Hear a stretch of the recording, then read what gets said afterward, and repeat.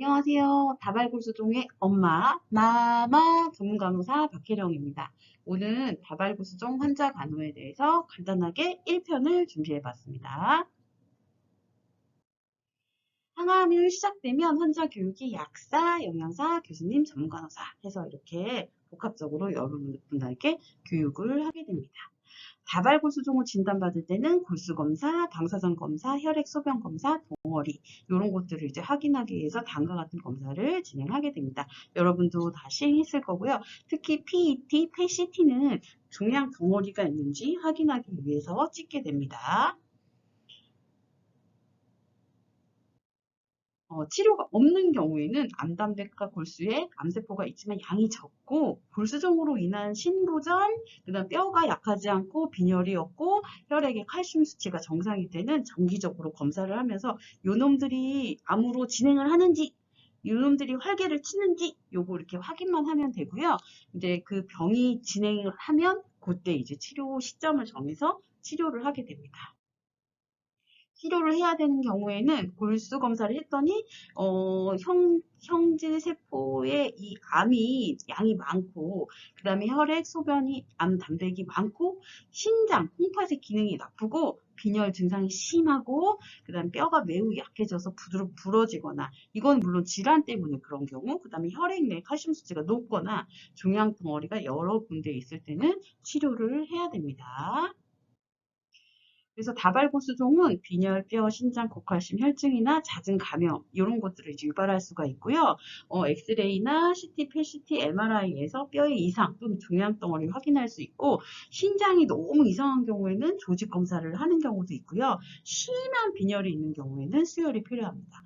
또한 혈액에 암단백이 너무 많아가지고 고점도 증후군 때문에 뭐 출혈, 시력 저하 등의 이런 부작용이 있는 경우에는 고암단백을 제거하는 혈장 교환술을 진행하기도 합니다. 또한 건강보험에서 보면 다발골수종 혈액암으로 상병코드 C900번입니다. 우리나라에서 암이다. 그럼 C가 붙거든요. 그리고 건강보험의 혜택 중 산정특례, 그 중증 등록이 되면 5%만 본인이 부담하기 때문에 50만 원의 백케이드를 2만 5천 원에 맞을 수 있고 이런 것들은 5년간 혜택을 받고요. 5년 되는 시점에 연장 또는 종료 가 가능합니다.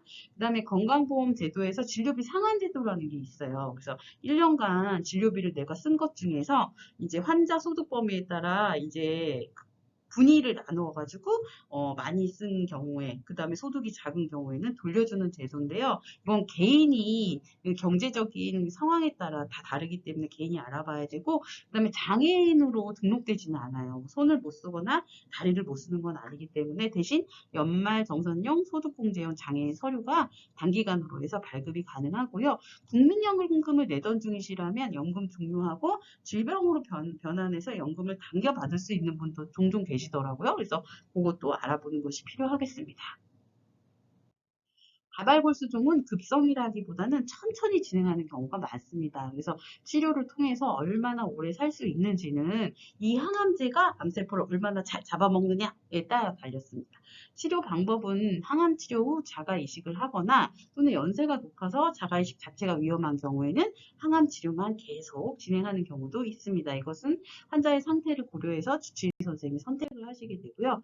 병을 완전히 잡기는 어렵지만 지금 치료제가 많이 개발되고 있고 개발된 것도 많기 때문에 장기 질환인 당뇨, 고혈압처럼 질환을 조절하면서 너 왜 이래? 낮추고 괜찮으면 유지를 하면서 살아가는 질환 중에 하나입니다.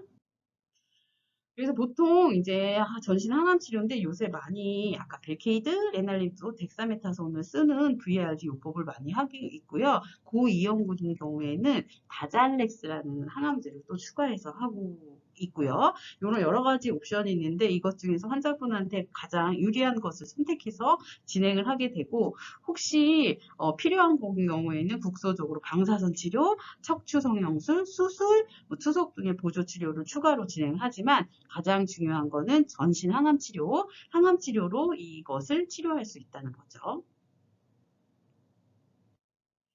다발골수종의 뼈 주사는 뼈로 골전이로 많이 이제 전이 되는 게 이제 골수종의 특징 중에 하나예요. 그것을 막아주는 것이고, 두 가지가 있는데 하나는 조메타, 정맥의 혈관 주사로 15분 동안 투여하는 것이고요. 그 다음에 이제 데노수마빈 이제 팔에 피하 주사로 맞는데요. 여기 신장 기능이 안 좋을 때 쓸 수가 있어요. 그렇지만 얘는 본인 부담이라서 한 25만 원 가량의 본인 부담 비용이 발생하게 합니다. 항암 반응 평가는 항암제의 효과를 확인하기 위해서 골수 검사를 매달 하기가 어려워요. 대신 이 암 세포가 만드는 암 단백, 혈액에서 나올 수도 있고 소변에서 나올 수도 있고 이런 것으로 항암 반응 평가를 대신이 가능합니다. 때로는 M 단백이 검출 안 되는 분도 있어요. 10명 중에 한두 명? 이런 분들은 골수 검사를 이제 해야 되는 경우도 있습니다. 혈액 수치는 이제 세 가지가 중요한데, 백혈구, 적혈구, 혈소판이 있습니다. 백혈구 중에서 호중군은 어떤 애들이냐면, 우리나라 육해 공군 있잖아요. 가장 기본이 되는 육군 같은 애들이에요. 균이 들어오면 확 잡아먹는 감염 예방을 하는 건데, 그래서 보통 이게 호중구 수치가 중요합니다. 이 호중구 수치가 500보다 낮으면 모든 음식 익혀 먹어야 돼요. 왜냐면 이 균들이 들어왔을 때 잡아먹을 수 있는 애가 적잖아요. 그래서 감염의 위험이 높기 때문에. 그리고 500 이하, 1000 이하시는 백혈구 촉진제도 팔에 이제 맞는 경우가 있겠습니다. 또한 적혈구는 저희가 보통 이 질환이 빈혈을 유발하는 질환이기 때문에 빈혈인 경우가 많아요. 그래서 기준을 우리가 7.5 헤모글로빈이 7.5보다 낮을 때 수혈을 하자.